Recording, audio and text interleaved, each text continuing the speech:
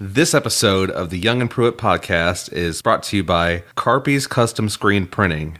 If you need labels, t-shirts, banners, race car graphics, window stickers, and anything else in between, give our buddies over at Carpy's a call. Or you can email them at sales@carpys.com. You can also find them on Twitter and Instagram. Twitter, hit them up at Carpys_CO. Or Instagram, it's at Carpys. And you can also look them up on their website, www.carpys.com. Give them a holler, tell them what you need, and they'll come up with a perfect product for you. And once you're done shopping at Carpy's, be sure to head over to youngandpruitt.com, read Layla's blog, join the fan forum. Our store is going to be up really soon. Every single episode of this podcast is on that website. Bobby Allison, Spencer Boyd, Spencer Davis, all the Timmy Petcheck episodes. Those are great. Everyone loves those. Be sure to like, follow, subscribe, iTunes, Stitcher, YouTube, whichever is the easiest way for you to listen to it. We got options for you. Hit us a nice review if you would, please. And follow us on Twitter and Instagram at Young and Pruitt. Today, we have someone that's been on the podcast twice before.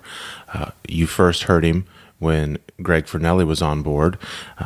Then he was with us last week when David was gone, and he filled in and did a very awesome job as a co-host. He is now the newest member of the YPP team. He's going to come on and help us further this thing down the road as far as we can. And he just tells his story about moving from Silicon Valley and seeing a race car one day, and then that completely changed his life. So super cool guy, funny guy, very creative, and I think that he's really going to help out our team and move it in a further direction more than what me and David could on our own. Enjoy.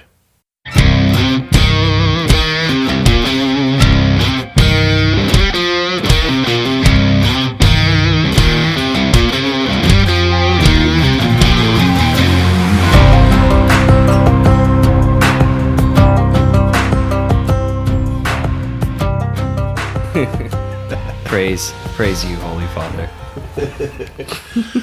We can't use any of that, I guess. I just deleted it, so it's fine. But we really are a week behind. We missed having this episode with you by a week because you stepped in last week to be co-host with the Gavin episode, and I want to thank you because you were the workhorse in that one. Like, you really helped that carry through. I thought it was really cool having Gavin on. He's way different than any of the other guests we've ever had. Oh yeah, no, that was great, man. Just because it was so different, and just the whole day before we recorded that, I'm like, how do you do this with a 10-year-old? You know, it's just, but it just opened up horizons for this show, I think, because now it's like we can interview anyone. And Gavin was a great interview, and so was his dad, man. I mean, like, it was very impressive, but it's just like we can do anything. So we talk to anybody that we find interesting. Yeah, and he's definitely very beginning of your career to NASCAR legends and everything in between. Absolutely. I love it, man. It's fantastic. Yep. You came on here with Greg before, and we mentioned that last time. Yeah, he brought us Greg. So what exactly was your title? I know we kind of joked about it, but your title with Greg at SRI, or excuse me, Stock Car Steel, is what? So I generally sign off my emails with Chase Forbes marketing, but I like to think of myself as more of like a utility infielder in baseball. Like, I'll play all the positions because it's not all marketing that I do. I mean, I assist sales, but you know, somebody will find something that needs to be done that nobody else wants to do, or somebody doesn't know how to do, and you know, the first guy that they're going to ask is probably me. So I just like being versatile, and that's one of the reasons why I like the job, because I don't wake up in the morning knowing what my routine's going to be a lot of the time. Mm-hmm. But it's always fun when some crazy curveball gets thrown my way. It's like, hey, by the way, you got to go visit this customer, drop off this metal because we don't have anybody over there, and then I get to meet a new customer over in, you know, say Mount Airy or some crazy other part of the state, and it's just like, yeah, let me fill up the old truck with the company gas. I'll do it. Like, sounds like fun. I'm a young single guy, so I don't have any obligations to anyone, so I'm always the most willing to go do whatever. How long have you worked for him? So I'm now going on 6 years, or I'm 6 years as of January 2nd. Where are you at as the longest being there? I mean, not even close. Not even close. There's some people that have been there for the longest time, but I'm with all of the crazy acquisitions that have happened over the last few years. I'm kind of old hat now. Like, I'm one of the established people. I was there before the acquisitions, and I've been around for a long time. I know how everyone functions. I know everyone in the company pretty deeply and personally, and that's another part of my job is I feel like I know the most people with all of our companies being in different buildings and everything, and like everyone knows who I am and I know who they are. So, and everybody goes to you to get the shit figured out. Well, not necessarily, but they'll probably go to somebody up higher than me first, and then somebody higher than me is going to Chase, do this. I don't want Chase, to. do this. Exactly. Chase and I both went to the only two. Well, he went to one, I went to the other, but there's only two like bachelor's degree motorsports centric programs on the business side of things. Yeah. So he went to Belmont Abbey, and I went to Winston-Salem State. What started you down the racing path? All right, so this is a long story. Like, do you want me to begin from the very, very beginning? Don't forget to include the story of how you met Fernelli too. Okay, so all right. We'll go ahead and pull our belts tight. Yeah, pull your belts tight. So, I guess my story isn't that compelling for a lot of people, but for me personally, I'm just like, man, like the journey of where I am now is pretty crazy because. I grew up in a place called Sunnyvale, California, which is right in the heart of the Silicon Valley. So Sunnyvale is one town south of Mountain View where Google is. Sunnyvale has Yahoo. Sunnyvale has Sun Microsystems. Sunnyvale has a huge Lockheed Martin facility. So it's major tech. So around 1993, 1994, that's when all that stuff started really picking up. Like when we got a computer in 1994, it was just this crazy thing. Played this game called Ski Free. Oh, yeah. You remember Ski Free? The Sasquatch would run out and grab and then you. if you ran into the dog, it would piss on the ground. No, I mean, it was the best, man. And had the internet and the hamster song and all that stuff. First viral internet content. So during that time, my dad was over at the Sunnyvale Mall across the street from where I grew up. So there was a Macy's and a Montgomery Ward's, and then stores in between those two anchor stores. There's a Kodak film developing place. My dad got home after dropping off some pictures or whatever, and he tells my mom, he's like, well, hey, there's this real life race car over at the mall, and I need to go take the boys to go see it. I think they're going to love it. So he rounded us up, and we went over there, and I don't know, it just sticks out so clearly in my mind. It was the Ernie Irvin's number 4 McClure racing car. Mm-hmm.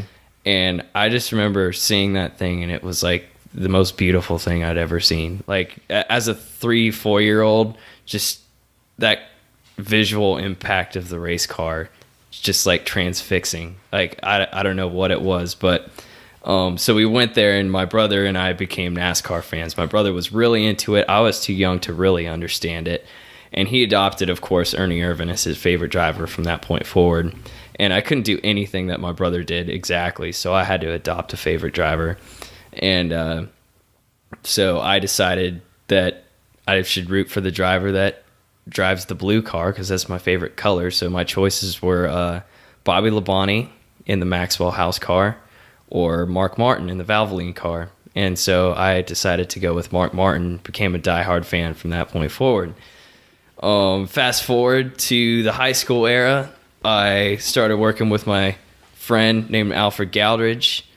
Shout out El Diablo up there in Indiana. I'm sure he'll be listening to this podcast. I also lived with the Gildridge brothers. Yeah, that's the connection with Pruitt. We'll get around to that, I guess. So, and him and his brother had a USAC midget team that they were running out of their parents' business garage. And so Alfred and I would just leave school and we would tear down cars. Like, I didn't know exactly what I was doing, but I was a car guy, so I knew how to turn a wrench and I knew how to take stuff apart. So they would strip down the cars and I would just unbolt it. But most of the time we were just eating burritos and being way too lazy, and his brother was doing all the work. So that's pretty much how it worked out. But we definitely put in some solid wrench time. And Alfred and I were the racing guys. Like, nobody in my entire school liked NASCAR. Like, there was nobody else who was into it. And Alfred and I, being in the same class, we just stuck out like sore thumbs as being the racing guys. So it's just weird that we happen to be in the same grade and have the same interests, and we both ended up pursuing careers in motorsports by going to a college that specializes with a motorsports program. He went to IUPUI's motorsports engineering program, kind of similar to what UNC Charlotte does. So he was up there in Indy, and I went to Belmont Abbey. I transferred from a junior college in Cupertino called De Anza College. That was sort of the deal with my parents, was they would pay for my school if I transferred from junior college, and basically didn't cost them any additional money in addition to the schooling. Like, my parents, here's your clothes, go to school. Like, all these other kids show up in their dorm room and everything's all furnished and their parents are there. It's like, my parents just go right ahead and do your school thing. Like, that's what we have dedicated our lives to. So don't fuck this up. So I decided to go to Belmont Abbey because I was terrible with math. So I wasn't about to be an engineer or anything.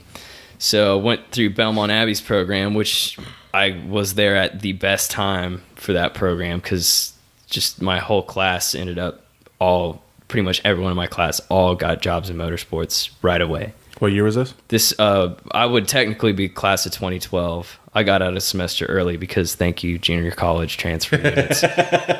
Trust me, it's the way to go. Don't go to a 4-year school. Like, just transfer and do your credits the right way. Like, we got out so much cheaper that way. Absolutely. That's what I did.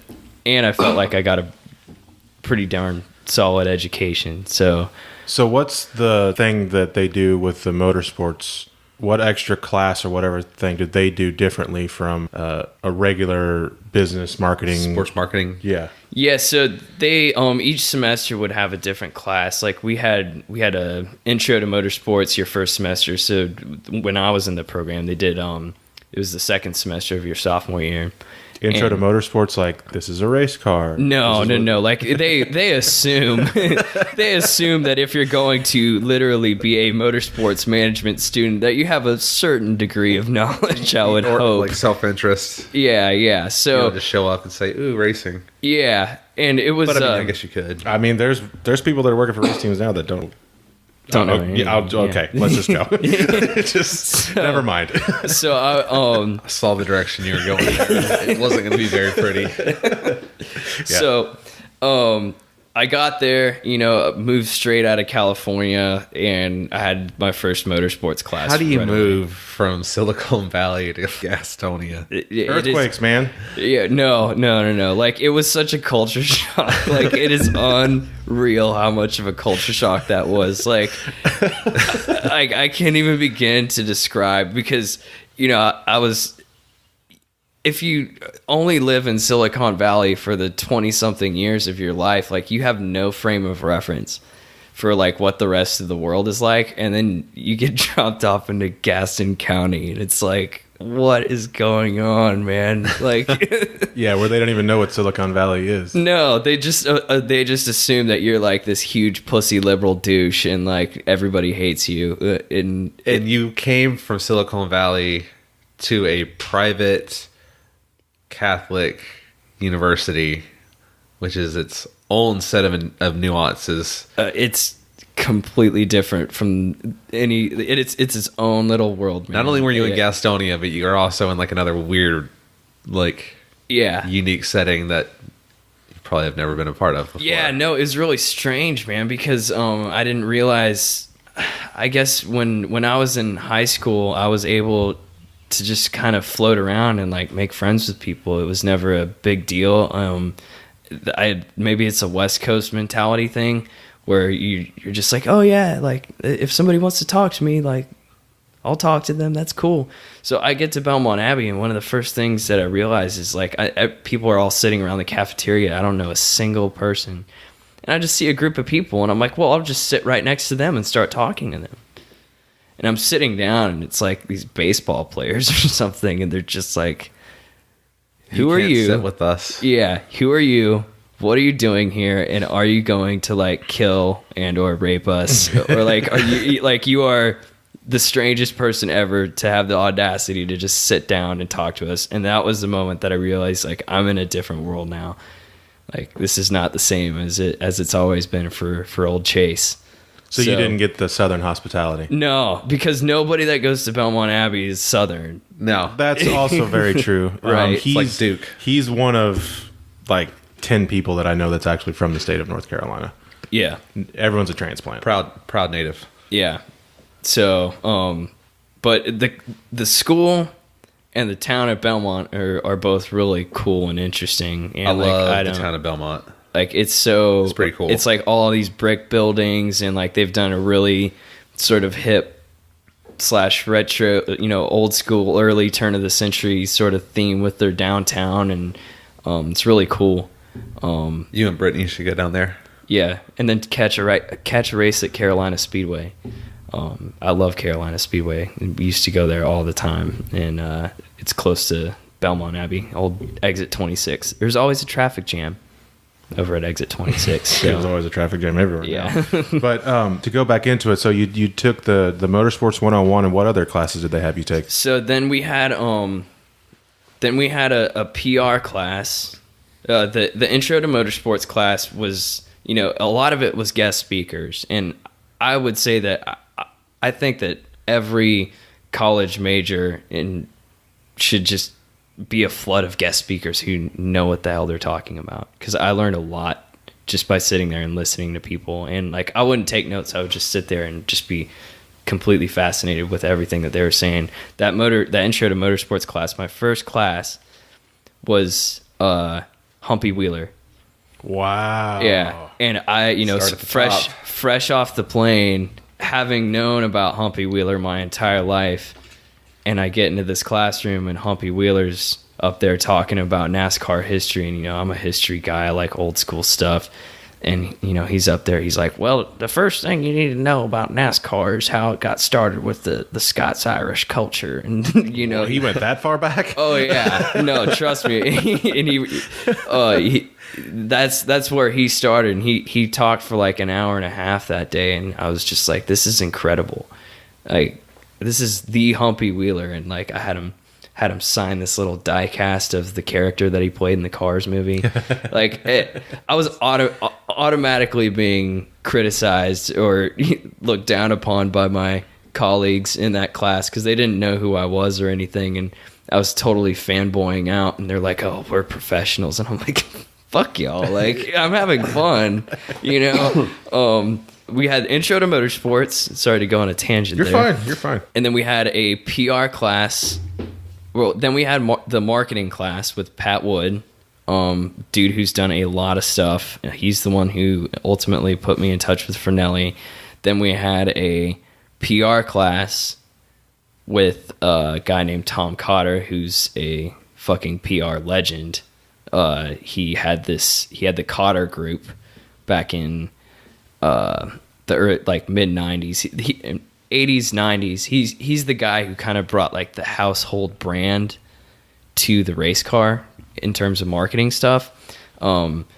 He brought like Folgers and Tide. Like he's the guy who discovered like, hey, there's like a lot of, it's not just like a bunch of tobacco spitting, beer drinking, car parts buying guys. This is normal, average, everyday Americans. Their wives are watching. They're making the decisions at the grocery store. We need to bring like these household brands like Folgers and Tide. And the guy brought Lowe's into the sport. I mean, he's a legend, and, Wow. he sold his company to Clear Channel for like stupid money. Yeah, I was getting ready to ask, like, how does one become a legend in PR? Right. No, he's the guy, man. So now he just messes around with cars. He's got like 1 billion antique cars, and he's got his old sign from his Cotter Group PR firm sitting out in his yard. Life goals. Yeah, Tom Cotter. There's not a lot of people whose lives I envy, but Tom Cotter's got to be one of those.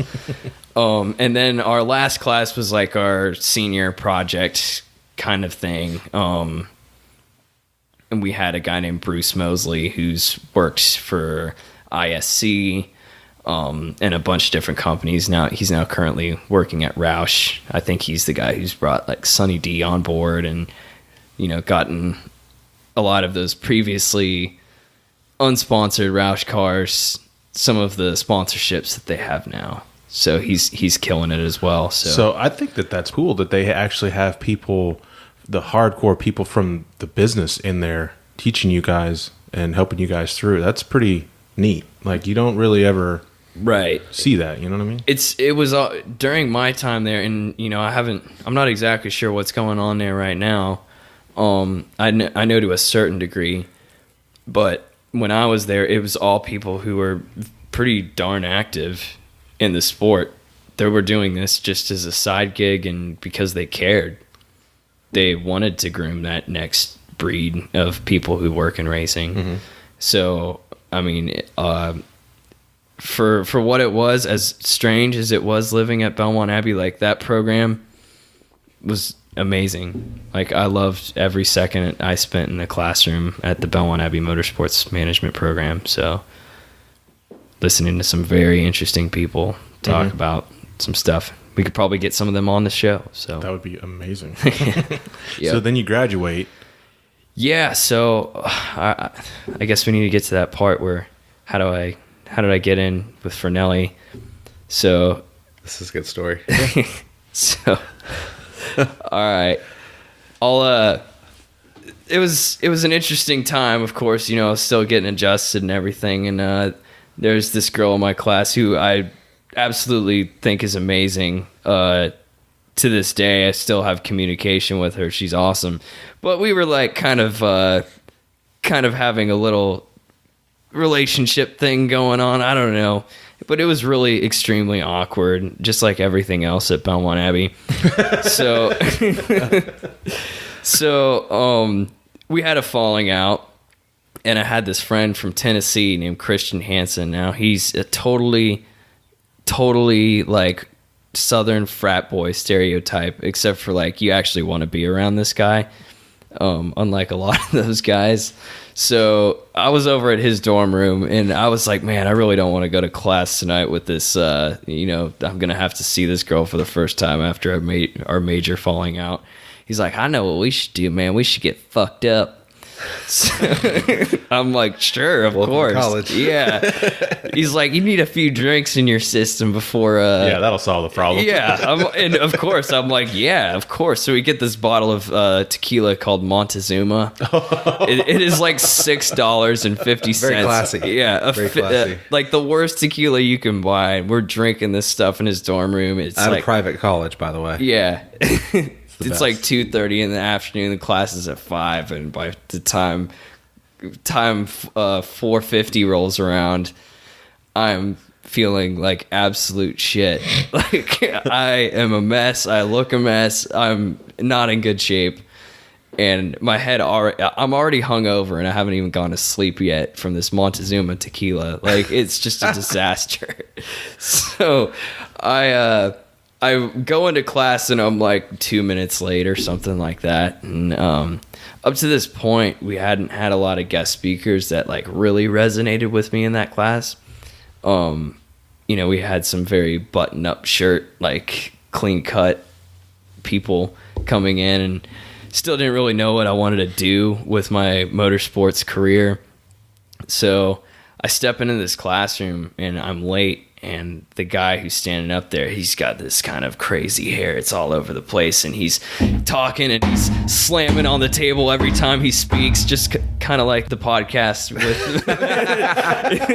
You can hear that during the Greg Fernelli podcast. He's just the whole time. The shit out of the table. Yeah, that's how he talks, man. He's Italian. He talks with his hands. So I walk in, and he immediately starts giving me shit.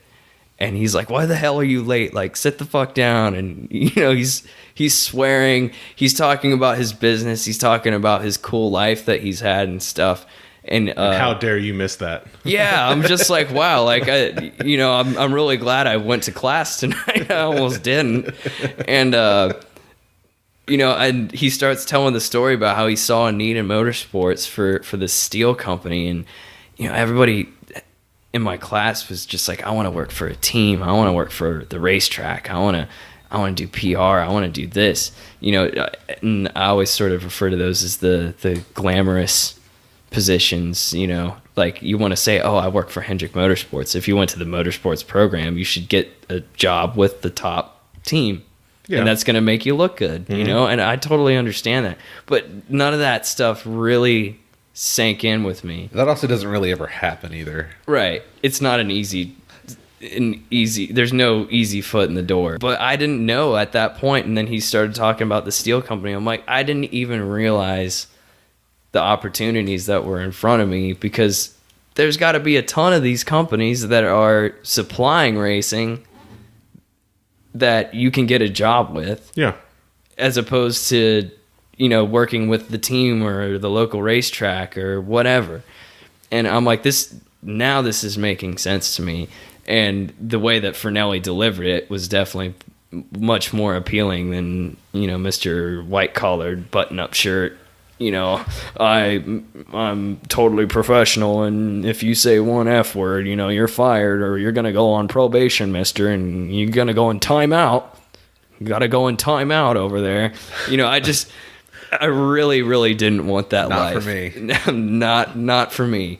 So that's how I met Greg and continued going through the program, volunteered with him a few times, got sort of recruited via going to the 2012 calendar shoot. He's like, yeah, I need a volunteer to come take pictures of these scantily clad women. And I'm like, let me see if I have time for that. So yeah, I got to do that before I was even an employee with them. And I was on my way right as I graduated in January, late December 2011. I was just about ready to go to the career office to give my application for Stanley Black & Decker to work with Marcus Ambrose's program, go travel track to track and do all that stuff. That was appealing to me as well. I was pretty stoked about it. But, I've been bothering Greg over and over again. And I was standing in front of the Belmont Abbey Basilica holding that application, and all of a sudden my phone rang, and God's Plan by Drake started playing, even though the song hadn't even come out yet. And it was crazy, man. Like, I've got a band following me around at all times to do the soundtrack of my life. And Fernelli's like, hey man, do you want this job? I got an opening for you in marketing. Like, when do you want to start? And he's like, show up to work on January 2nd, and we'll get you all situated. And I've been there ever since. So, wow. God's Plan. By Drake. Yep, by Drake. That was very well played. And now, so you went in, you started working for Greg. At what point did Greg's hostile takeover of everything in the racing business happen? So, as if you listen to the Fernelli podcast, so he started the company in 96, then he branched out into the supplies part in 2002, and then he started buying up companies in 2015. He bought TJ's Motorsports, then CV Products, their chassis and suspension line. They still have their engine stuff over in Thomasville. And then Roush Yates right after that. So now it's kind of like if you want to run in Cup, you've eventually got to give some money to Greg Fernelli somewhere. Like it's impossible to run a Cup or any NASCAR operation by going around Greg. There's just no way. Yeah. So how does he break that to you? Does he just walk in and say, "Hey, I bought another company. Hey, I bought another business"? Pretty much, man. I mean, like it's not as stressful as it is for like Rebecca Gentes and Jim Goff, who are kind of his right-hand people, because every time he did that in 2015, they were just like facepalm. Oh my God. Like, please stop. Put the wallet down. Yeah. Like, please stop doing this, because like they were like the acquisition team, those three. And they had to do it 3 times in 2015, just when they had shit figured out over at TJ's Motorsports. Greg's like, I'm buying another fucking company, bitches. Like, and also life goals. Yeah, and actually, so he bought CV, and then during, I ended up in the hospital and was out for like about a month.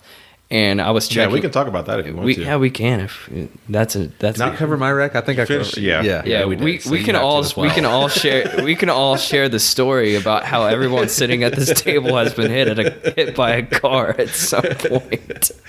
Yeah. Wow, that's a very good point. Yeah, we've all been pretty much massacred by automobiles, and we're all sitting here fully functional, like you wouldn't. Well, okay, so what are the actual?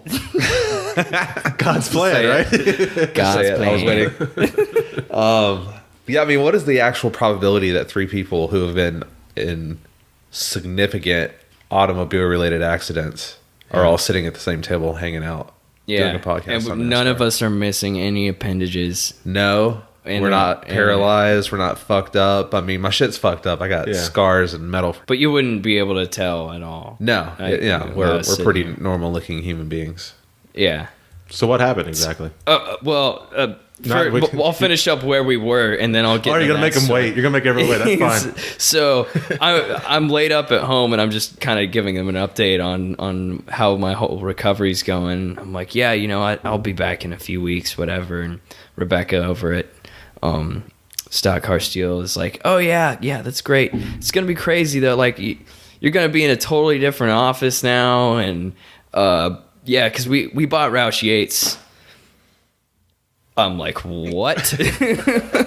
we would barely just gotten our shit together for CV. My accident happened while we were trying to move into the CV building.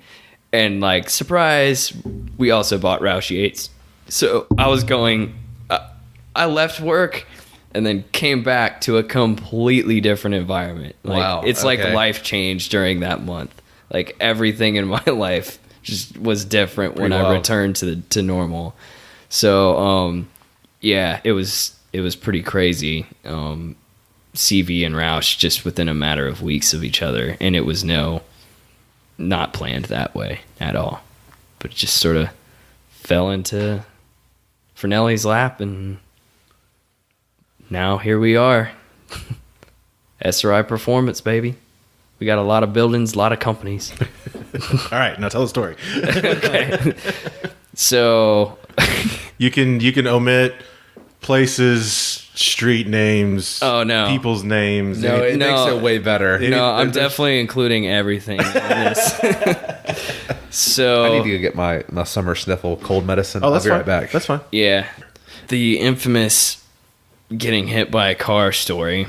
Been playing music for a long time, and some of my friends and I, we'd been playing music for a couple years, and we always used to go by this place called the Breeze Inn Station at the corner of 115 and Presbyterian in Mooresville. Mm-hmm. So it's this little dive bar. It's now called the New Corner Pub, corner with a K. And so we used to just have the run of the place, man. Like, we would just show up with our instruments saying, like, hey, by the way, we're the band tonight. And they would just give us free beer, and we'd have a good old time. So during that Thanksgiving weekend where we were moving all of our stuff from SRI Supplies into the old CV building, we had to work all weekend. Like, there was no Thanksgiving. We had Thanksgiving off, but Friday, Saturday, Sunday, Yikes. everybody was going to be there, all hands on deck.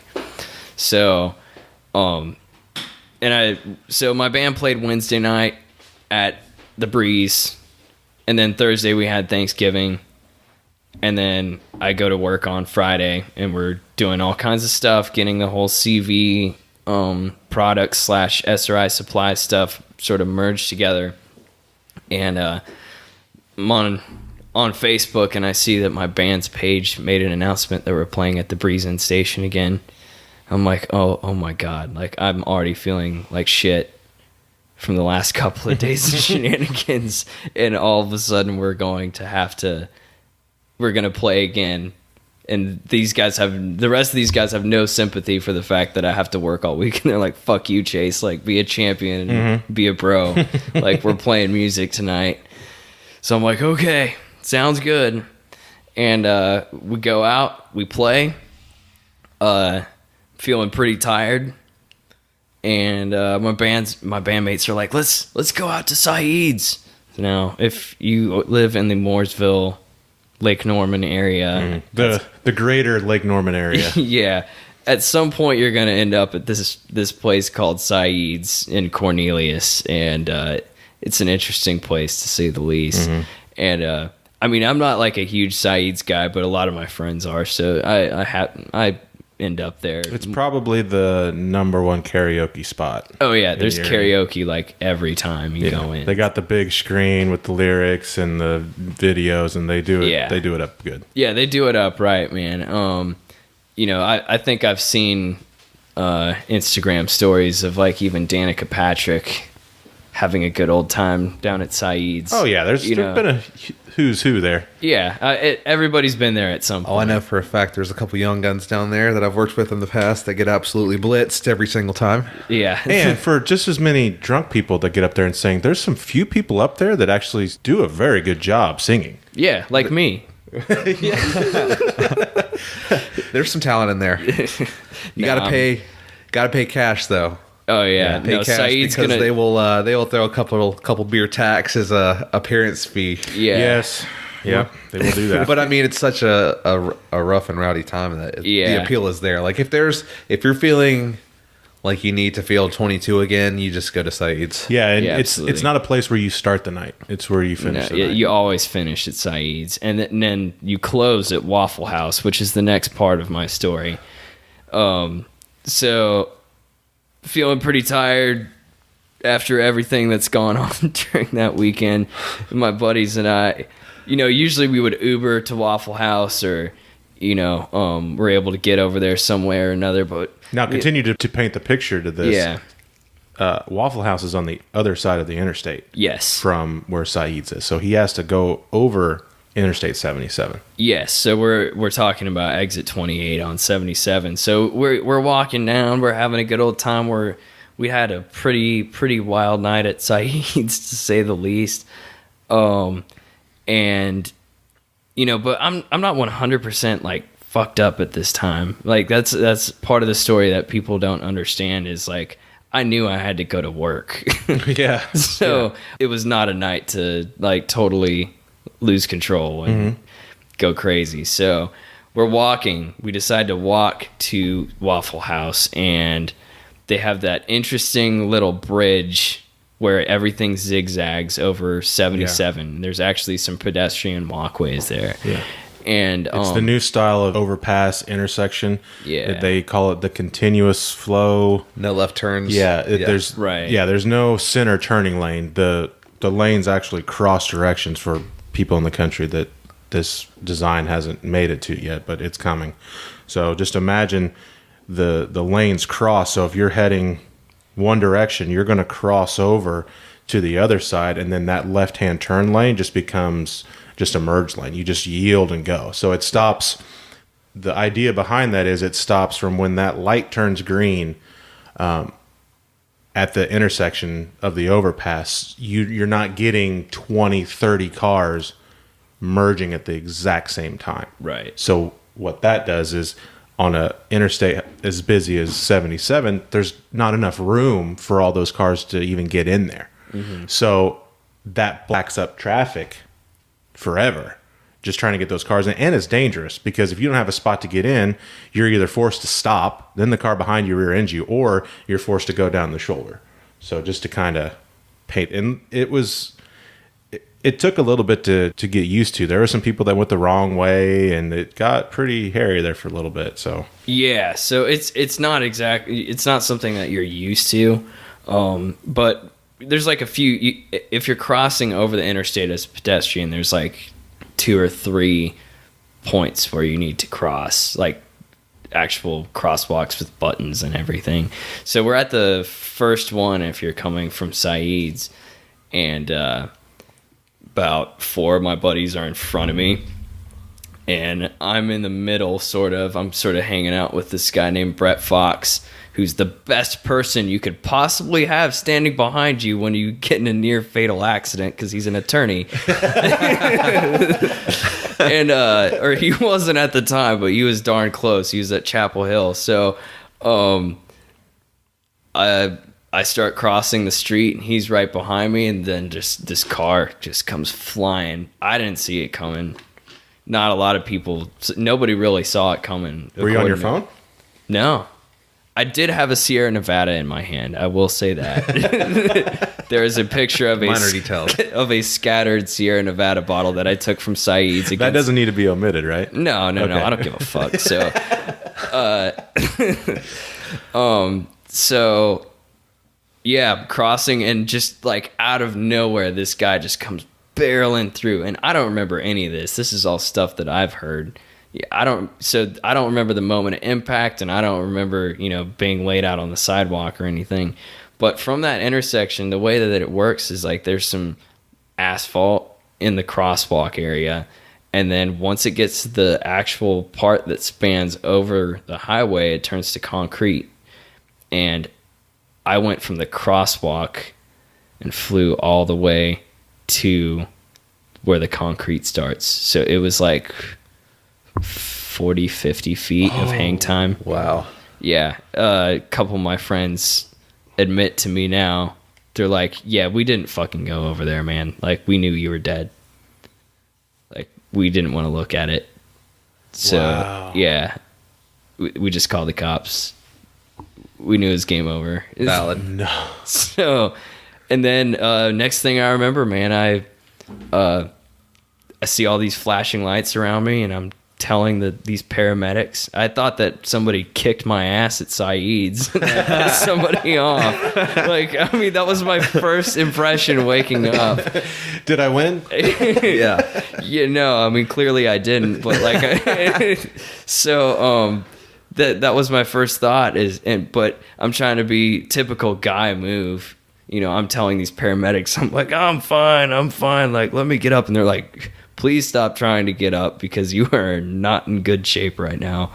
And I'm like, no. Like, I don't need an ambulance ride. That sounds expensive. Like too practical even when you are concussed, They are expensive, man. Yeah, they are.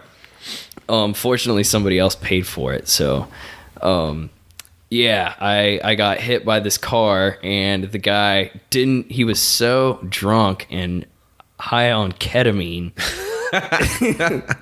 that when he got pulled over, he kept going. He didn't even realize that he hit me. And then he ran a stop sign, and a cop saw him run the stop sign, and he just so happened to have a Chase-sized dent and a very, very large shatter in his windshield. They're like, I wonder if this has anything to do with the guy who's laying in the middle of the fucking road at exit 28, and they pulled him over. He rolled his window down, and the first thing he said, and I quote, is, "I'm fucked up." Wow. Yeah, that's what he told them. And so anyway, made it out of that one alive, while the companies that I worked for were changing drastically. And so I come back from that whole deal. So did you have any injuries? Yeah, I mean, Obviously a concussion. Yeah, and huge scar in the back of my head, dislocated shoulder, pinched ulnar nerve pretty bad. I have a little bit of lingering damage from that, and then like my pelvis was just completely shattered, like bad. That's two people with shattered pelvises. Yeah, because what happened was the reason why I got out of it is like maybe I thought to jump or something, and my ass hit the hood of his car, which crushed the pelvis immediately, and then my head went back and busted the windshield. And that's where the huge scar came from. That actually probably was for the best because the windshield had give to it. Right. And that's why I think that worked out so much better than... Why you were very undead. Yeah. And actually the shoulder wasn't dislocated until I got to the hospital. When I was on the gurney, my arms were naturally spread out wide like, Roman crucifixion style. And... I wasn't sure why I was doing that, but then they had to check the old melon in the CT scan and put me through the machine. And they're like, "Sir, can you bring your arms in close to you?" I'm like, yeah, sure. So I start bringing my arms, and all of a sudden, pop! The shoulder comes out, and I see it drop. And I'm like, yo, somebody please put my arm back where it's supposed to be right now. Like, this is not funny. And they finished the CAT scan, or whatever scan they were doing.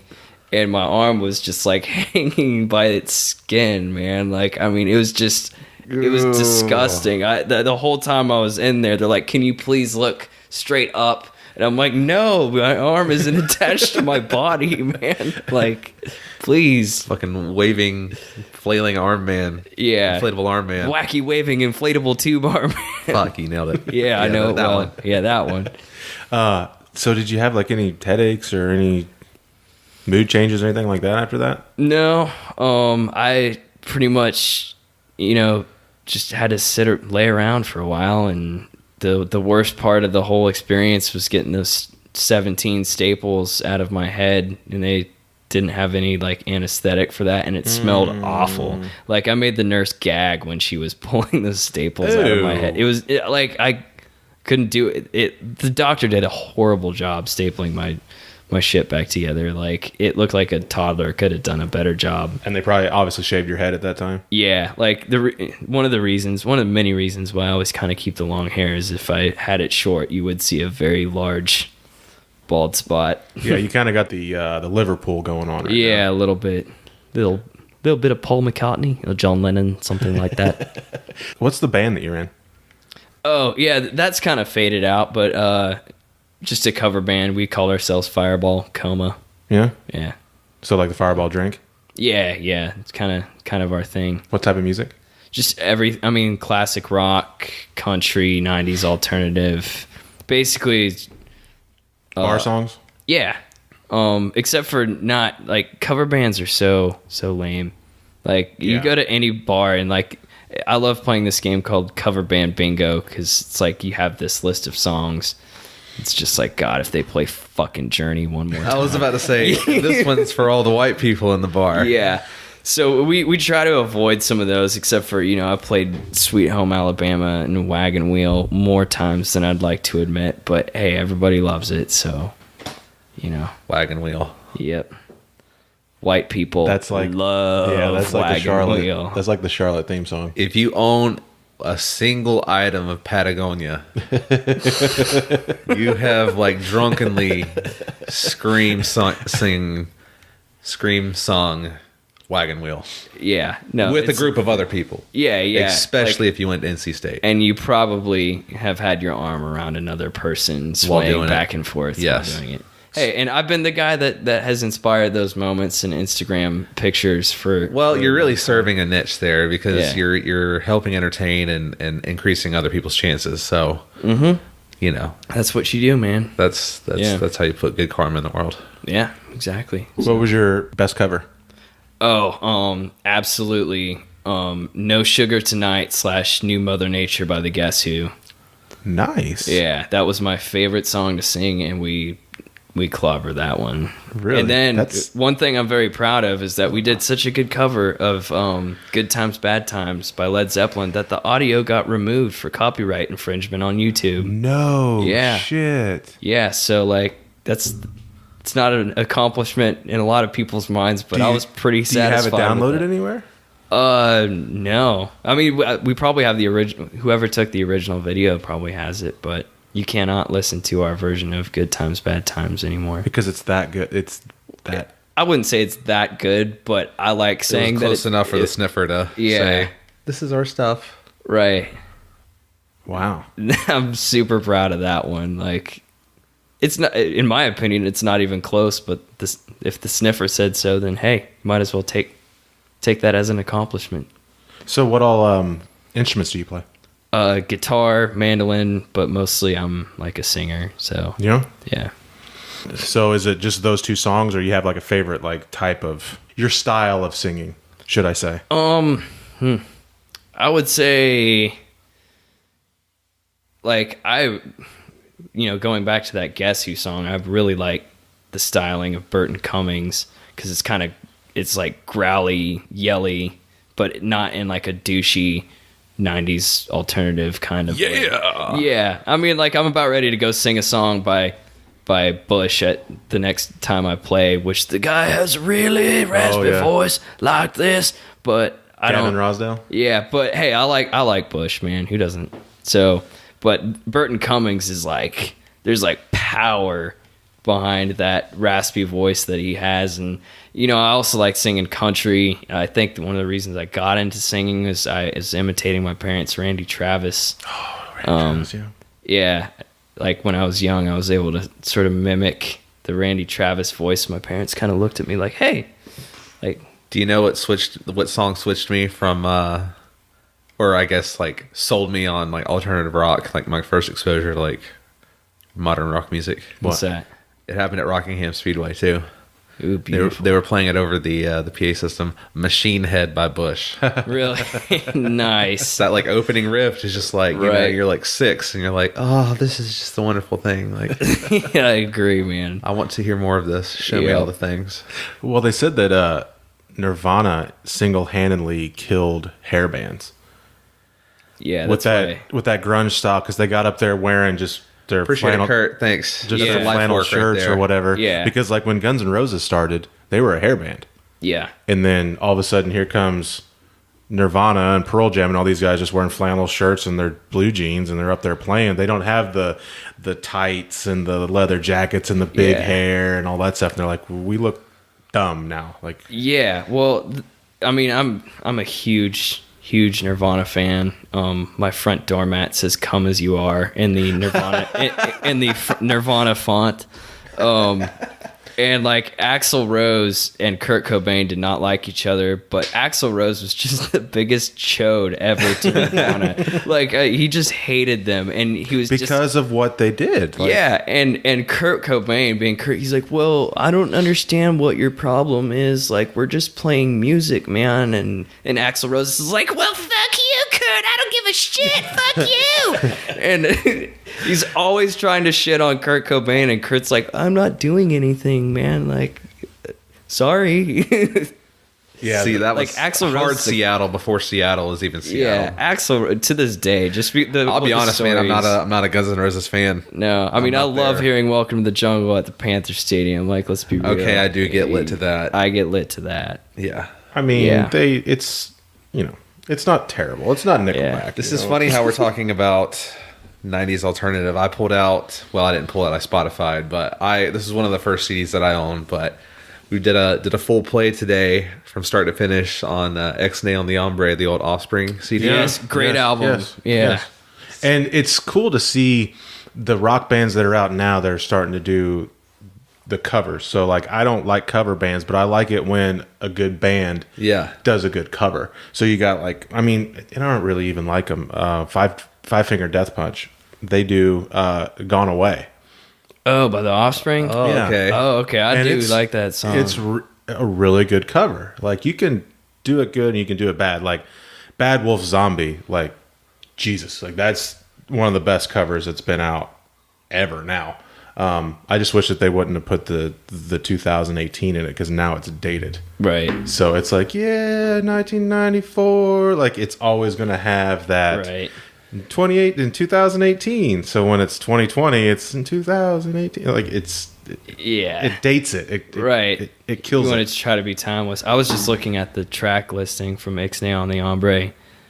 Definitely Mota and I Choose. I remember those songs very well. Gosh. It's a great It's just a great album. Yeah. It's a great album. And then what the kids. the kids are all right. Yeah, and that From Americana. that applies today. Like, Oh, if you listen to yeah. those lyrics, you're like, holy shit. Yeah. Smash was a great album. Oh yeah. Now that was Yeah. like the My Teenage Rebellion album, because they had that like ending line or let's pull it up. Bad Habit. Yes. That was like Stupid, dumb shit, goddamn motherfucker. that was like every like 7-year-old's kid like, yeah, I'll show you, mom. Yeah, that was exactly how I felt, man. I was listening to it on a tape cassette, Same. Yes. and it was Didn't have a Walkman quite yet. completely out of tune because it was winding too quickly, and hearing that string of profanity, you're just like, yes, like fuck the system, I hate my parents, like that is totally what it is. Yeah, So to switch back to racing. no, Okay. no, What do not- kids listen to rebel against their parents nowadays? Yeah, I would like love to know. SoundCloud rap. Yeah, probably Techie 6ix9ine or whatever that guy is named. crazy yellow, Yeah. all the crazy colored hair. Yeah, Oh, you're 18 now? basically turned Immediately yourself into a leave. train wreck. Yeah. My house. Clearly your taste in music is so awful that your decisions in life will be as well. Right, And I'm yeah. not paying for any of them. No, I completely agree. Also, whoever decided to put, I have a summer cold and it sucks. Summer colds are the worst. Whoever decided to put Vicks Vapor Rub is probably a Martian and came from the same place that Timmy Petchik did. Well, it's Yeah. probably This is genius. Thank you, It's Elon probably Musk. the same company, and they're just applying those two. That's true. It's fantastic. Yeah, I feel it's probably better. some big Procter and Gamble, Colgate, whatever sort of brand. Yeah, I assume, because there's only what, Johnson and Johnson. 10 companies that own everything. Yeah, Yeah. Like, essentially. that umbrella thing's crazy. Right? Did you realize that you were growing up in Silicon Valley at the time? No, like Because you would have been what? Wait, how old are you right now? So I am now 29. Ooh, So- tell him the Tal story from the Stanford game. Oh my God. Okay, so, I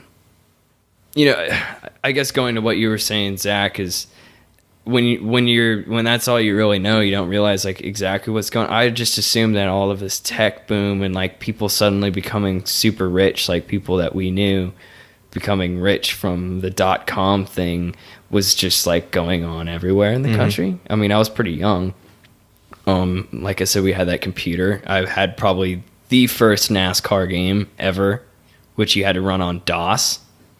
And you had to Wow. run a separate disk and a separate program to run the paint shop, which was my favorite part of the whole deal. Was not a fan of Gordon or Earnhardt at the time, so would go into the paint shop and put like targets on their cars, so I could wreck them. Like that was the computer age in '94. So the story about. I'm a huge Stanford football fan. My dad used to take us to those games all the time. And there was this one game where there was this company that sponsored like the pom-pom handout. Okay. And they had banners and stuff all over the place. And I remember my exact thought was like their logo looks like the store at the mall called like Gymboree, which was for kids' clothes, or like Stride Right, like the clothes that my mom was buying me when I was very young, and like she would take me to the store. It's just like this childish, colorful logo. I thought that that's what it was, and so they give out these pom-poms, and we have like 20 of them because Stanford fans are pathetic, and like people go to the games and they just drop their pom-poms when Stanford was getting blown out by like 20 points. And so like I've got a handful of these pom-poms. My brother and I are just having a good time with throwing them because they got a weighted base and they fly. And we had the whole section of bleachers to ourselves. Nobody gave a fuck about Stanford football in like the late 90s, early 2000s. And that's why the tickets were $8 or whatever. That's what it's like to be a Wake Forest fan. Yeah, exactly. Except for we eventually got good. Thank you, Jim Harbaugh, Andrew Luck. I actually watched Andrew Luck get beat by Wake Forest and Winston-Salem. Yeah, that was not a good day. Fantastic. For us. Yeah. But hey, it's a good experience for you for sure. We always have one of those games. It seems like every couple years where we just get shat on by some team that we shouldn't be getting shat on.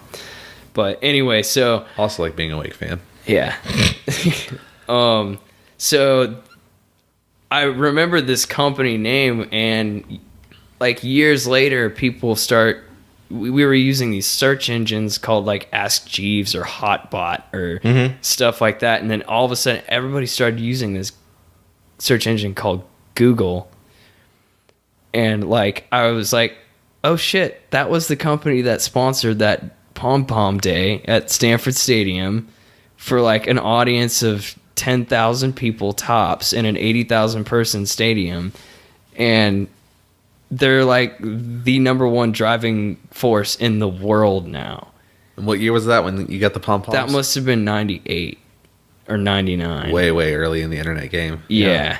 I got internet. I got dial-up in April or May of 98. Yeah. Yeah. Like it was, we'd had internet for a few years by that point, but like Google was a complete afterthought when they sponsored that deal. I mean, Ask Jeeves. Oh, yeah. I remember Yeah. Ask Jeeves. Yeah. I mean, that was like the one I used. Ask.com. Ask.com was the There was a other couple Right. search engines that sponsored Cup cars. Ask.com was one of them. Labonte. Ask.com was Was that Hall of Fame? from, yeah, I think so. Probably Probably that or Yates. Bobby Labonte or Tony Raines, I think, was Yeah. driving the Ask.com car in the 96. And at that point, it was way too late. Like, Google was already shitting on people, so they couldn't revive it. But yeah, Ask.com was the child of Ask Jeeves. They just shortened it up in order to try to get a foothold on Google, but they couldn't do anything. Between them and Facebook, Yeah. Yeah. they own literally half of all advertising revenue across the entire internet. Let that sink in. You okay? Yeah. I'm just grabbing a beer. Oh, okay. You're fine. You look like you're going to pass out. Yeah. Said you're too sensitive right Or he there. was going to shit his pants. One of the two. Oh my God. Well, kind of wait for him to get back over here. And then we'll start. We'll go into the main reason why. So, your relationship with David sparked interest. What we're trying to do here with the show and try to grow everything and eventually get video and live eventually and all that stuff. David brought it up, and I was, I always kept it in his ear, just like, hey, if you think of someone that could be in that position to help us out with that type of stuff, because your ability with audio equipment and video stuff and like that, like it's perfect for what we're trying to do and try to add to the show. When you did the Gavin thing and you had like all those questions that you sent to me for them to review, the first time that I looked at that, I'm like, I'm horrible at this. This guy's way more prepared than what I'm using my notepad on my phone, just rattling off like it's still the yellow page, going down through there like, okay, I'm doing this, I'm doing that, and then you send me this piece of paper that has the bullet points and all the questions and stuff. I'm like, wow, like this guy knows how to prepare himself, and like that, I'm like, okay, I'm like David, I'm like, yes, this is our guy to get everything worked out.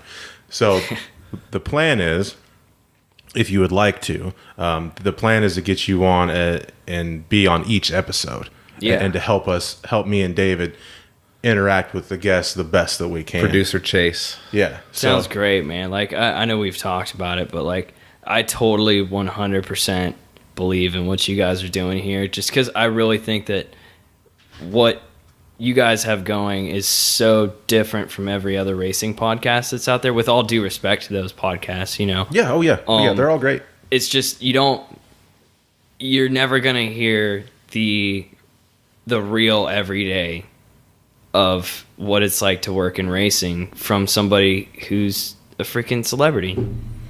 Yeah. You know, that's it. And this is our life. This is our lives. And we do this every single day, and we live average people lives. We don't have tons of money, but we know tons of people, and we all work in this crazy, beautiful thing called racing. And this is the show to where you actually get to see that side. And I think there's a lot of people that want to know about what that's like. Mm-hmm. If anything, it's just, I don't know. I mean, I think it's refreshing to be able to bring people in here and sit them down and talk for up to 3 hours about their life, or just shit that they like to talk about. You know, not the normal, you know, last week, next week, season going forward, the season up until now stuff, and go to commercial. Right. This is an actual conversation where we can get to know, where we can go from talking about you seeing a show car, you know, and the importance of, I mean, that's an important thing. Yeah, having absolutely. A show car, like that's not pointless, because you seeing that show car completely changed the route of your life. Like you would probably be, you know, in working for Google or working for some big tech company right now. Yeah, it'd still be where I grew up. Yeah, you would still be successful, but that, just you seeing that car is enough. And like that, to me, that pays for that whole system, because you became a fan for life. Right. Just by seeing that one car. Whether or not it was because of your brotherly rivalry that you'd ended up liking that car, but you still were a fan that helped the whole thing go together. Yeah. You know, and that's the most important thing. And I still think that the show car thing is so huge, man. Like and I can't emphasize that enough. And, you know, Pruitt and I can go on and on about cool 90s paint schemes and everything. But like, when you're a kid, you see the world through a completely different perspective. And now when I see a race car, I'm like, oh, that's cool. But when I was a kid, it was just like, holy shit. This is like the most visually impactful thing I've ever seen in my life. And like, that's how lives get changed, man. And it wasn't even running. No. Like you didn't even hear the motor. No, it was in the middle of the damn mall. Like, yeah, and then we started watching it on TV. But, you know, I've had a lot of good experiences with show cars. In fact, a fellow Jackman once brought the Carl Edwards car out to the local Office Depot near me. Probably, when was Carl Edwards running? Like kind of rookie years, sort of early on, doing pretty well with Roush. It was still the old car. Yeah, it was before COT, so it would have been like 2000 and... Yeah, he raced trucks, he raced Xfinity. I would have to see. See, this is the position that you will be filling. You will be looking... Fact checker, yeah. I'm more than willing to do that. But, while he's looking that up, so... I was at the local Office Depot, found out that the Carl Edwards car was going to be there. I went, and there wasn't a lot of interest in the car. And so I started talking to the guy probably for several hours. And he was a jackman for Roush for a long time. He was also part of Tony Stewart's winning pit crew. And the guy, I don't remember his name. His first name was Paul, and his nickname was Thumper. So if anybody knows who that guy is, I would love to meet up with him, because he gave me the best piece of advice I've ever heard if you want to get a job in racing, in NASCAR specifically. He said, you got to move to North Carolina and you got to know somebody. Yep. And I was pretty like, solid. Yeah, and that's what I ended up doing, you know, and I remember that very specifically as well. And so that's two stories from when a show car really made an impact on my life. So, and that's all part of the business. You know, you don't have to work for a race team specifically, or, you know, the racetrack, or get the glamorous job. Like, if you want a job in racing, like, you can go be a show car person. You can be a merch person. You can do whatever. There's tons of ways to get into this. You know, You can work for a steel company, or you can work for the parts company, or you can work for the other parts company, and the other parts company. Exactly. So, Carl Edwards' rookie year was 04. 04. Well, his first cup race was 04. His rookie year was 05. so it must have been 04, because I assume I was still in high school. Yeah, I jumbled up all those finishes because they were right at the line. Because being at Atlanta, because his first win was at Atlanta, correct? Against Bobby Labonte, I think. Or who was in the... He won 4 races his rookie year. So let's see. Yeah, Atlanta was his first one. Yes. Okay. And then he won at Pocono and Atlanta again and Fort Worth, Dallas. It's when he set the standard for what it's like to totally kiss the sponsor's ass during an interview. Oh, he's one of the best. Oh, yeah. He was just like, had to go do a burnout on that Scott's Turf Builder lawn that they have out here, you know. Well done, sir. Gonna sign some autographs with some Sharpies I picked up from Office Depot, you know. Like, Yeah, just found a way to tie in everything, like Michael Waltrip. Yeah, he had it figured out, and it's funny. He came from dirt, and the way that the switches are, he wanted the ignition switch. So usually all switches flip up. That's how you know that they're on. Well, he wanted his ignition switch to flip down when it's on, not up when it's on, because he was leading a race one time and he had a dirt clod come in the car and shut off his car. Oh. And it cost him the race. Like fucking the worst luck ever. Yeah. So from then on, he always, even in his cup cars, the ignition was down the other way. So I was working for a race team one time, and I was just there just to pit, but the only way that I could be there is if I had to fly out early and I had to help, push through tech and, turn some wrenches when I could, just be there and help them out as another thing. I wasn't getting paid to do that. I was just getting paid to pit, but I was still there, and I was thankful because I was able to do a truck or whatever else. So it was an Xfinity car, and when we got done with qualifying, they wanted to take a fuel sample of the car, and the official was standing there, and the engine tuner was standing there, and he had the fuel line off. He told me, hey, he said, just bump the starter so I can get some fuel in the cup so they can have the sample. So I reach in, have the main power switch on, leave the ignition off, and bump the starter. When I bumped that starter, I've never had a vehicle start as good as that motor did. Yeah. I'm like, I flip all switches down, hit the starter, the fucking car goes boom and fires up. And it scares the shit out of me. I jump back, engine tuner screaming, shut it off, shut it off. I'm like, how? What the? So I reach in and I almost ripped the main power switch off the dash, trying to get it to shut off. I kill it and it shuts off. And the engine tuner's all pissed off at me, and the official standing there like, whoa, what the hell just happened? And he goes, I told you not to turn the ignition switch on. I said, I didn't. I said, all switches down. And he goes, oh. He goes, this is the old Carl Edwards car. He goes, the ignition switch is backwards.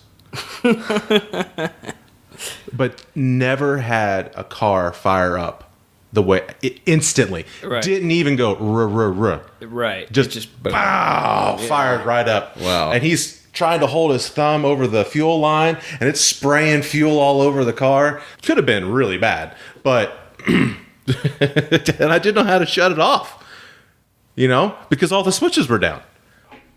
But that's wild. I love that. I like it when I hear about drivers having weird preferences for certain things, and that totally makes sense. If I lost a race because the ignition switch got hit by a dirt clod, I would absolutely be like, I'm never running switches in the upward position ever again. Oh wait, and it was Scott Riggs.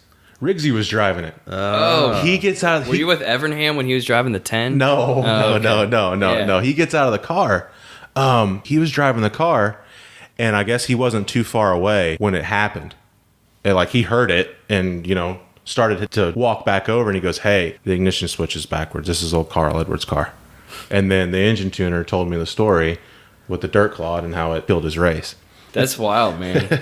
By the way, once again, Alfred, if you're listening, we've got a Scott Riggs guy in the house over here. Alfred and I are huge Scott Riggs fans. We used to call him Barney Rubble because that's kind of what he looked like. Yeah. He's kind of got he's one of them that doesn't have much of a neck. Yeah, I love Scott Riggs, man. Dude, I would always, be pulling for Mark Martin. He lives out... Also, Bahama. That's where he's from. Yeah. His kid Lane is racing in the Cars Tour.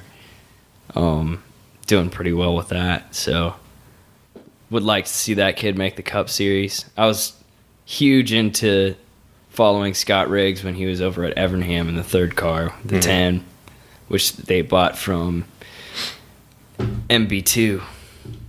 The old Johnny Benson Valvoline car. Yeah. They incorporated that into their Dodge program eventually. So yeah, I remember he was always the one that I used to race as NASCAR 99 was Riggs. Because I loved that Valvoline scheme. Yeah. Yeah, me too, man. And then man, he was really good when he was in the Busch series. Yeah, Trucks and Xfinity. When he had that Nesquik car, was that like a Yates affiliate or something? That was it was the number 10 Ford, and it was the Nesquik car with the bunny. It was yellow and everything, and he was doing really well during that time, and that's sort of when I became a fan of his.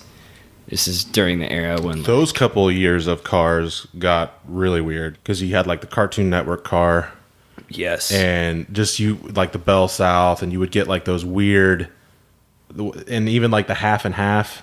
You'd get like the Raid and Tabasco sauce. Like one side's the Raid and the other side of the car is the Tabasco car. Yeah, I mean, Michael Waltrip had the Hawaiian Punch Country Time car, which was totally a 50-50 car, like the most blatant 50-50 car ever, because it was straight horizontal down the front of the car. Oh, yeah. Like, now they do it a little more creatively, but back then they had that. But yeah, they had weird sponsors. I remember Dave Marcus driving a Prodigy car, which was the competitor to AOL, tying it back to our previous discussions. Yeah. There were like two options back in the mid-90s for internet. You could either get minutes from AOL or you could get minutes from Prodigy. And pretty minutes. Much, yeah. Well, I always used minutes. I always used to go to the Kmart and get their internet connection on their disc. Yeah. It was their 30-day trial. Yep. And I would just grab a stack of those. Everybody did that. And just keep recycling them and had free internet forever. Yeah. We all grew up with the internet being a completely different thing to where it's this like new territory. Now it's just an everyday fact of life. And, I went and I saw Hut Strickland earlier this morning, and I was like, "Hey, Hut." I was like, "Man, you're on the front page of Reddit yesterday." Yeah, he was. And he's like, "Well, say it." And I was like, "Man, that video that Pam took of you, Pam and Hut both work for Stock Car Steel and SRI. And yeah, so his wife works in accounting over at Performance. Hut's sort of running the warehouse, running quite a few things over at Stock Car Steel." And I told him, I was like, "Man, yeah, you're on the front page of Reddit the other day, and with your snake video," and he was like, "Is that right?" And I'm like, "Yeah, that's right, man." But see, nowadays people it took so much effort to get out on the internet, and now you get out on the internet, even though Hut Strickland is a former NASCAR driver and he's got a personality and a following, you can just end up on the internet and not even know. Yeah, like with me, I got that random text message one day. It's like, "Hey, there's a video of you on Reddit." Yeah. I'm like, "Okay, what video and what's Reddit?" Right. Had no idea. I was there before I even knew. Yeah, and it's just, he posted that on his Twitter and everything, but he didn't know the extent to which that went out. Oh, yeah. At all. He's like, "Yeah, well, I figured someone posted it somewhere because it had something like 16,000 views. I didn't even think it was that funny." It just shows everybody's disdain for snakes. 16,000 views for Hut Strickland. I had no idea. That's amazing. Yeah, and his wife's laughing at him the whole time. He really, that video made it apparent he is like Indiana Jones. He has a disdain for snakes. I agree, man. I saw one the other day in my yard. I'm like, I need to burn the house down. Well, time to move. Yep. Yeah, Hut would be a great one if he wants to come on. Oh yeah, we got to get Hut on here for sure. It blew my. I never knew that he never won a race. Yeah, I mean, I didn't even really know that either until I started looking him up. Yeah, was like, but what? Yeah. But he is a fantastic short track driver. I mean, everybody that I've ever talked to is just like Hut was super talented. Mm-hmm.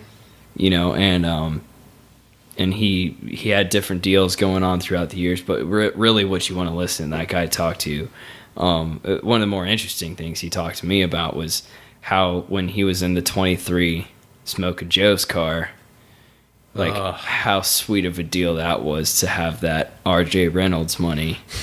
The rule was, and you know, Hut's going to tell the story a lot more. I'm sure we'll get him on here eventually, but it was they had to spend at least $500 at dinner. Yeah. They like Wow. Otherwise like it wasn't enough of a thing for their accounting department to deal with.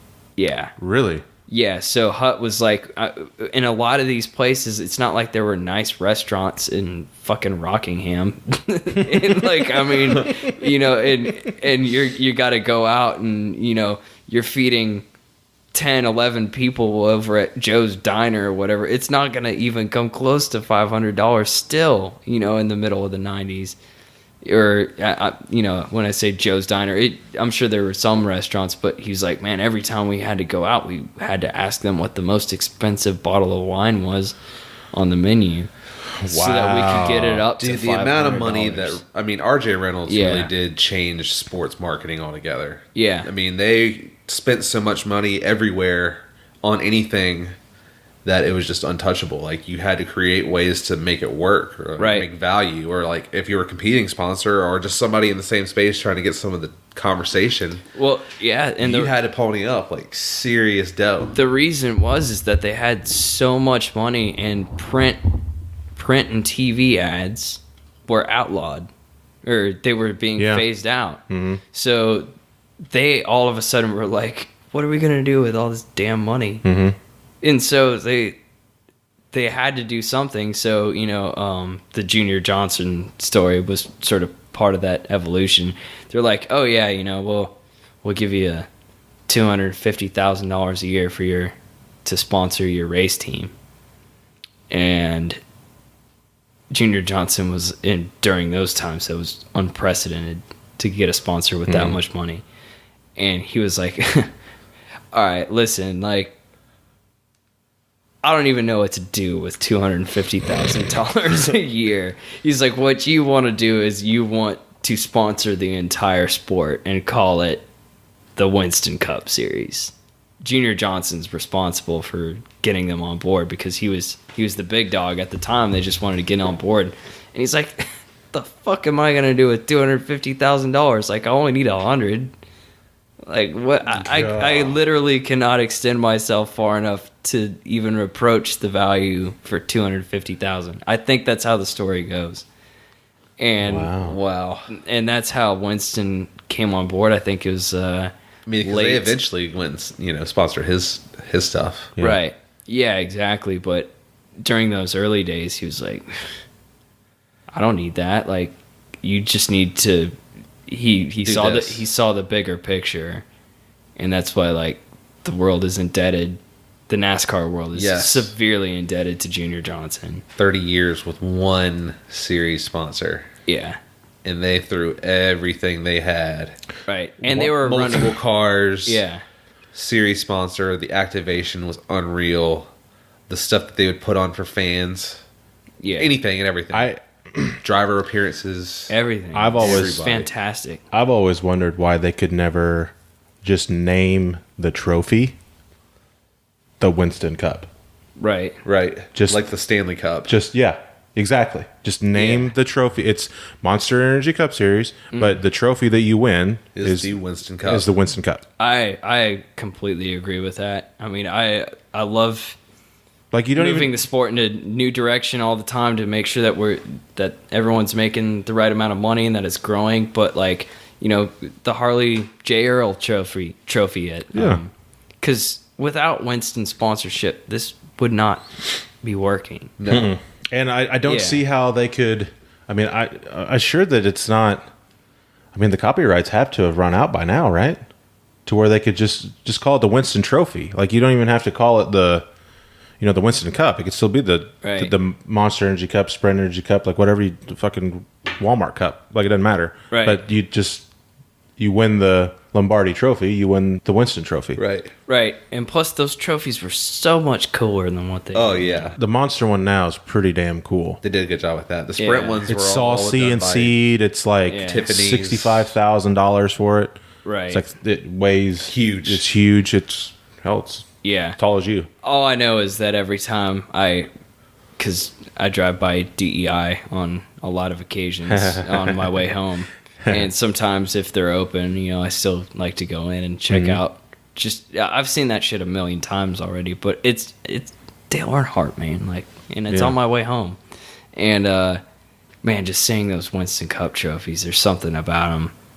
Just the 2 tiers, but you got the 3 cups on them with the big one on top. Fantastic. It's beautiful. It's just grand. classic. It's grand. It is grand. Grandiose. Yeah. With the wood and the gold. Yeah. Yeah.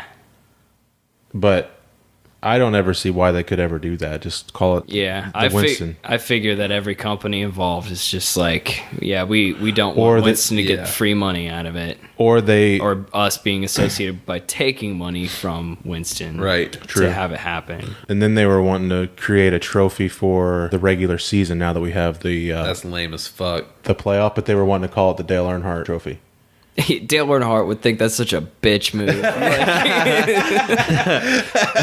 He's like, name the real champion after me, motherfucker. Like, I'm Dale Earnhardt. Don't give the regular season champion Fucking the trophy awful. named after me.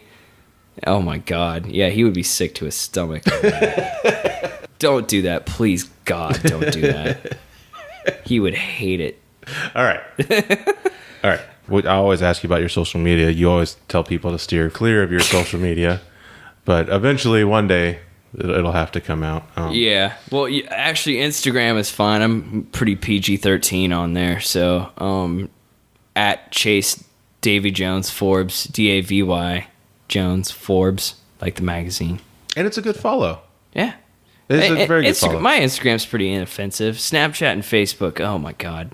But Sorry. Well, I mean, everything's offensive now, so it doesn't really matter. yeah, I mean, eventually I just need to let go of the fact that, you know, if Fernelli continues to want to hire me and he'll keep me around, then I think you're good. yeah, I don't think you're going anywhere. yeah. You know, I eventually I may not have to worry about like my career so much.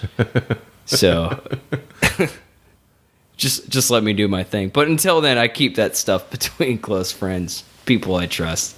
But Instagram, yeah, Chase Davy Jones Forbes. Sweet. You can follow me on there. And then Stock Car Steel, at SRI Supplies, at SRI Performance. Got to plug my people. At SRI Indy, at SR, like, just go through At the... SRI Everything. Yeah. All right. And you can find us at Young and Pruitt on Twitter and Instagram, youngandpruitt.com. You can find me at JackmanZach on Twitter and Instagram. You can find me at Tall Guy Turbo on Twitter and Instagram. And we will not be here next week because it is the off week, the one of 3 that we get. So I will be not here. Hopefully David will be out doing something and Chase will be out hopefully doing something. But I guess there is no off week for the parts business. No. I didn't even get the memo that there was an off week. So Yeah. I'll be planning my big race entitlement sponsorship, so that's what I'm going to be Yeah, doing. you got a from big one here coming up, for man. the next 5 weeks. You got a big one coming up. I'm going to hopefully not need a Xanax prescription by the time we get there, but it's ramping up. The pressure's not feeling right, so But what'd you say? Oh, I said, oh boy. Yeah. Good luck, man. Yeah. It's a huge undertaking, very intimidating. Yeah. So hopefully by the time we're going to have that week off, do a lot of planning over that week, and then hopefully we'll be able to move you in here and get you started. Welcome to the team, Producer Chase. Yeah. I'm stoked to be here, man. Yay. Like, this is going to be great. I need to go get me one of those, what's it called? It's sitting over there. Funkos. Oh, yeah. Yeah. Pop heads? Okay, so Yeah. I'm the pirate. I assumed that you were the Batman and you were the pirate. Right, so I don't know. who's chasing Yes. us? I'm thinking, I've already thought about it because I assumed that was what was going on. So Correct. I was thinking maybe either like Paul McCartney Okay. or Kurt Cobain or something like that. But I don't know. I haven't seen what's out there. Like, Dude, everything. Yeah. Literally everything. Yeah. Everything in a movie ever. There are warehouses full of, like, if you were to do a single one of each, Right. they're everywhere. And there's every version. There's 10, 30 versions of Batman. There's, like, that's all the Pirates of the Caribbean for him. Right. And there's everything. Yeah. Definitely got to look into it. I have no idea. I haven't gotten into those just yet, but I'm. Yeah, Yeah. I mean, I didn't, but I needed something, to kind of stand for us in the studio. It's gonna look good on the cameras when we get them rolling. Yeah. Yes. Yeah, exactly. Like do like little pictures of them and have them like that. And I got the little Batman hanging on over here. Perfect. So, yeah, that's big Batman fan. He's a big pirate fan. So just figure it out and whatever you come up with, man. Cool. We'll get them on there. We got plenty of room. Well, I hope that episode about me wasn't too exhausting and that there will be lots of editing. There But I probably cannot, will be. I cannot Who wait was the to most be on the edited show. episode so far? I'm not even going to say that. I think I have an idea as to what it was, but Yeah, not going to go there. I do edit these, and hopefully you can't tell. Oh, no, yeah. Hopefully nobody else can tell. But, hey, I'd love to be the third guy. I'll just chime in with witty things to say every once in a while. You guys take the wheel, and I just looking forward to being a part of it, and it's going to be a big nut bust, ladies and gentlemen. YPP going to the top. I think you are perfect for what we need. You are exactly what we need to take us that much further down the road. Fantastic. So we just got to do some work to the studio here to Yeah. make everything work.